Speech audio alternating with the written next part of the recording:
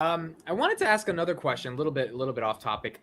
One of the things I love your videos on is like you started off with like, "Holy Smokas, this ain't no Jokas," and it's just it gets me excited to watch the video. Can you talk? I think people want to know, where does that come from? Does it come from this innate part of your soul that just needs to start the videos with this sort of catchphrase? Well, what is the deal with that? Yeah. So I think, if we think about if we think about the stock market in the past, right? The stock market, at least when I was a kid growing up, I remember the only people I ever knew that were in the stock market was a few of my dad's customers. We had a pool business, cleaning pools in Arizona.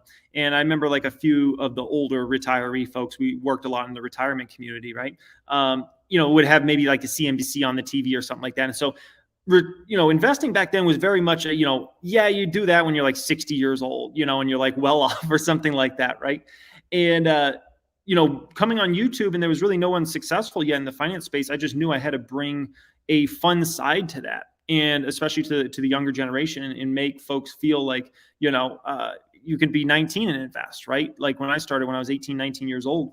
And so I think that's where it comes for me, is because otherwise these subjects can get very dry and boring. And even in these minute discussions, into the details about Palantir, I think it's important to kind of bring some excitement to those videos and try to always break things down as simply as possible, and also bring some excitement, because otherwise, a lot of folks will just kind of check out. And because you never know who's watching that video. It might be the person that has 15 years experience in the stock market and they understand things on a high level. It might also be, a 20-year-old kid that's got 5 days experience. And if you put him to sleep necessarily, right, this might not be his thing. There's a lot of things grabbing for people's attention in this world. Facebook, Instagram, TikTok, YouTube, there's a bunch of other videos that are fed along here, right? So we got our chance to impress. And that's the way I always look at it. I gotta, keep people's attention. So, Jeremy, I do have to ask you this question. I think you knew this was coming. There are some of your colleagues on YouTube made a splash over the past couple months by doing something the opposite that you guys had preached collectively, I would say, as a group, to your millions of followings, which is to not sell or try to time the market, but rather buy the dip. I guess I want to know, what is your conviction and thesis around that strategy, around stocks getting beat up, have conviction, don't try to time and come back later when it on some like up and down swing, but just keep buying it and having that conviction, because you stayed true to it over the past couple months, and it looks like we're gonna get out of this bear market that we've been in. I don't know when that's gonna happen, but eventually it will, and I think you would make a lot of money, and a lot of people who bought the dip will make a lot of money on that. So can you kind of speak to that thesis overall as an investing strategy? Yeah, 100%. I think, first off, for me, somebody who's been doing this for about 14 years, it's probably easier said than done, because I understand if you're a newer investor, when you're going through your first rough market and you're getting shredded, right? I think I definitely sympathize with the fact that it can be tough. But I think one of the things that helps you is you just look at history, right? And you pull up like a chart since like the 30s or the 40s, and you think about the major wars we've went through. You think about, terrorist attacks. You think about all the horrible things that have happened over the last decades and decades, and time periods that we've gone through that were far scarier than today. And you realize that every single time you ever got a true dip in the market, 20%, 30%, 40% dip, which come very few and far between, it was just a massive buying opportunity. And the only way you shouldn't take advantage of that is if you are permanently pessimistic on the United States of America and American corporations. Other than that, every single time you get one of these bear market scenarios, if you're not buying, you're making a huge mistake. And for my style of investing, I always make sure I have extra money to invest each month, right? So as long as you're in that sort of position where you always have extra money to invest each month, it could be $500 a month, it could be $1,000, it could be 10,000, depending on how much you make, right?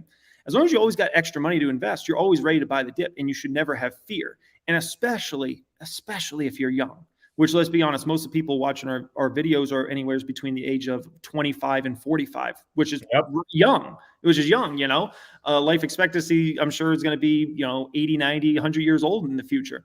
And so the way I look at it is, I'm like, if you're not retiring tomorrow, who cares? If the market goes down, let's say the market goes down for the next year straight, which would be crazy. That would be like an 08, 09 type scenario where the market just gets shredded for a year straight.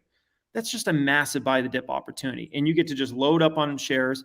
And I think it's a fallacy to think, I'm going to try to get all out of stocks right now and then buy the bottom or something like that. I think that's just a losing strategy in the end. And as somebody that tried it once, I tried it in 2015 and I just realized, oh my gosh, I'm just starting to gamble. And next thing I was in the market, out of the market, in the market. I even owned gold for 3 days. It's the only time in my life I ever owned gold. I went all over a 3-day span. What am I doing with myself? Oh gosh. And that was the worst year I ever had in the stock market, just a disaster. And, I definitely can see other folks going down that path. And so at the end of the day, the market dip's huge, and companies that you love for the next 5-10 years are extremely discounted. You got to buy the dip. And if you can't buy the dip in the tough market, you don't belong. You don't belong as an individual stock picker, just flat out. Because if only you can buy in the good times when everything's at a 52-week high, an all-time high, like this game's not for you. At that point, just do index fund and never look at your money. Just index fund. So do you feel like you have a little bit of a moral, I don't know if that's the best word, responsibility given your audience? I mean, I know we all say we're not financial advisors, but people look to you, 60, 70,000 people a day for some advice, and just your thoughts. Do you think that if you had done a move where in January where, you kind of sold out and we're trying to time it, it would have done a disservice to, I guess, your brand, but mainly your audience that like listens to your hypothesis on investing? Yeah. And I saw somebody make a comment recently, and it kind of struck me. And they said, Jeremy needs to quit trying to be the gatekeeper of YouTube.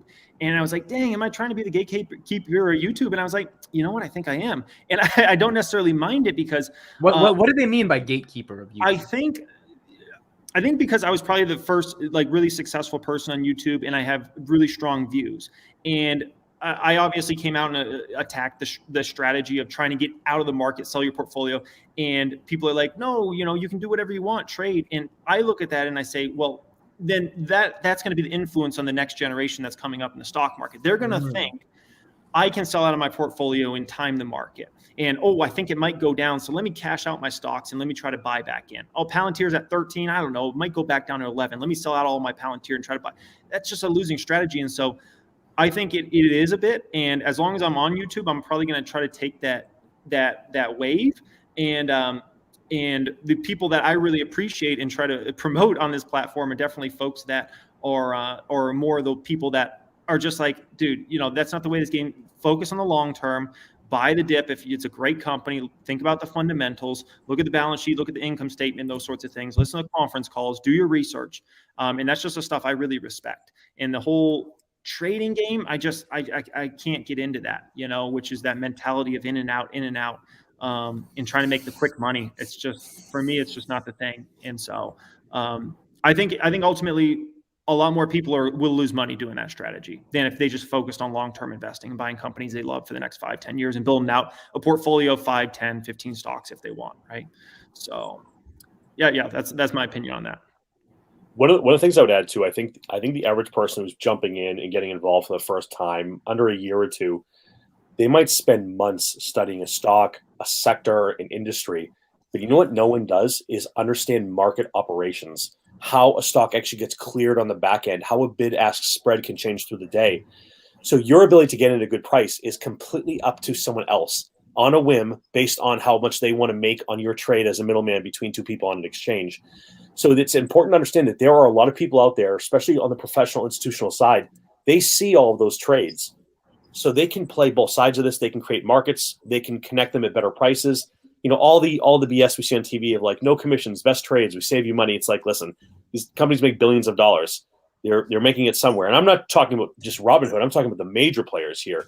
When they make markets and the operations of how a trading floor works, an options floor works, if you don't know how this stuff works, and I don't know if anybody here does, I know it, but like, if you have not taken the time to say, hey, how does a stock exchange actually work?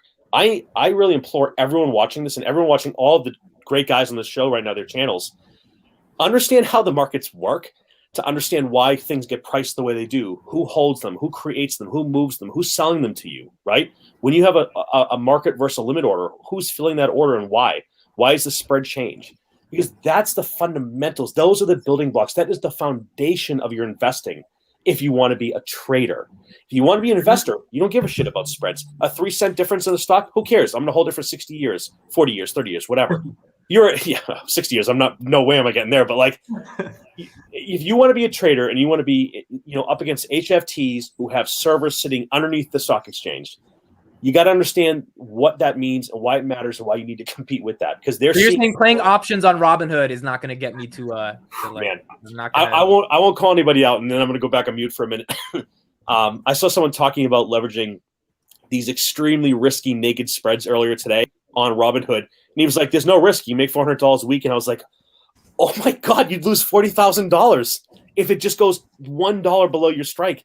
And I was thinking the problem is this person wasn't delivering bad news. They delivering what they think is the reality of the trade they're making, because they haven't lost the 40 grand yet. But when that happens and it's all in margin and you blow up your account, it's going to be scary, because I'll say one thing: it takes a long time to go up, but not a long time to go down on a lot of these trades. So, anyways, if you love trading, you want to be in trading, hell yes, more power to you. Learn your systems. Damn, understand the electricity and the plumbing behind the walls before you go buck wild and put all your life savings in there, no matter how old you are or how long you have in the market. Sachin, any thoughts? Man, there were years when I was spending like 3-4 hours to understand market and everything, and I was losing like big six figures. Yeah, it's a cough. It brought up the old memories. Look at him. He's still going. He's like, damn, 1993. That was a bad year. Lost my life savings. Oh, man. Yo, he's actually like, oh, my God, it's bad. Sachin, you okay? You just remember the summer of 94. He lost everything on Enron or something. Trading energy futures. That's what happens, bro.